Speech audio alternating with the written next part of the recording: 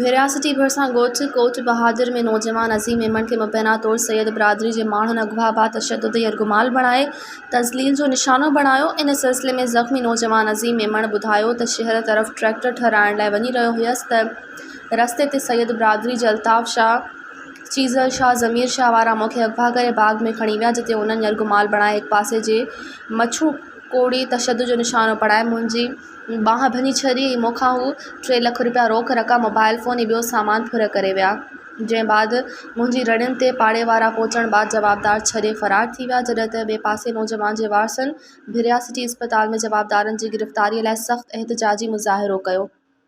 हिननि आला इख़्तियारनि खां वाक़े जो नोटिस वठी ॼाणायल जवाबदारनि ख़िलाफ़ कार्रवाई जो मुतालबो कयो। मज़ीद ख़बरनि ऐं तफ़सीलात लाइ विज़िट कयो असांजी वेबसाइट www.awamiNewsHD.com ऐं ॾिसंदा रहो अवामी न्यूज़ HD।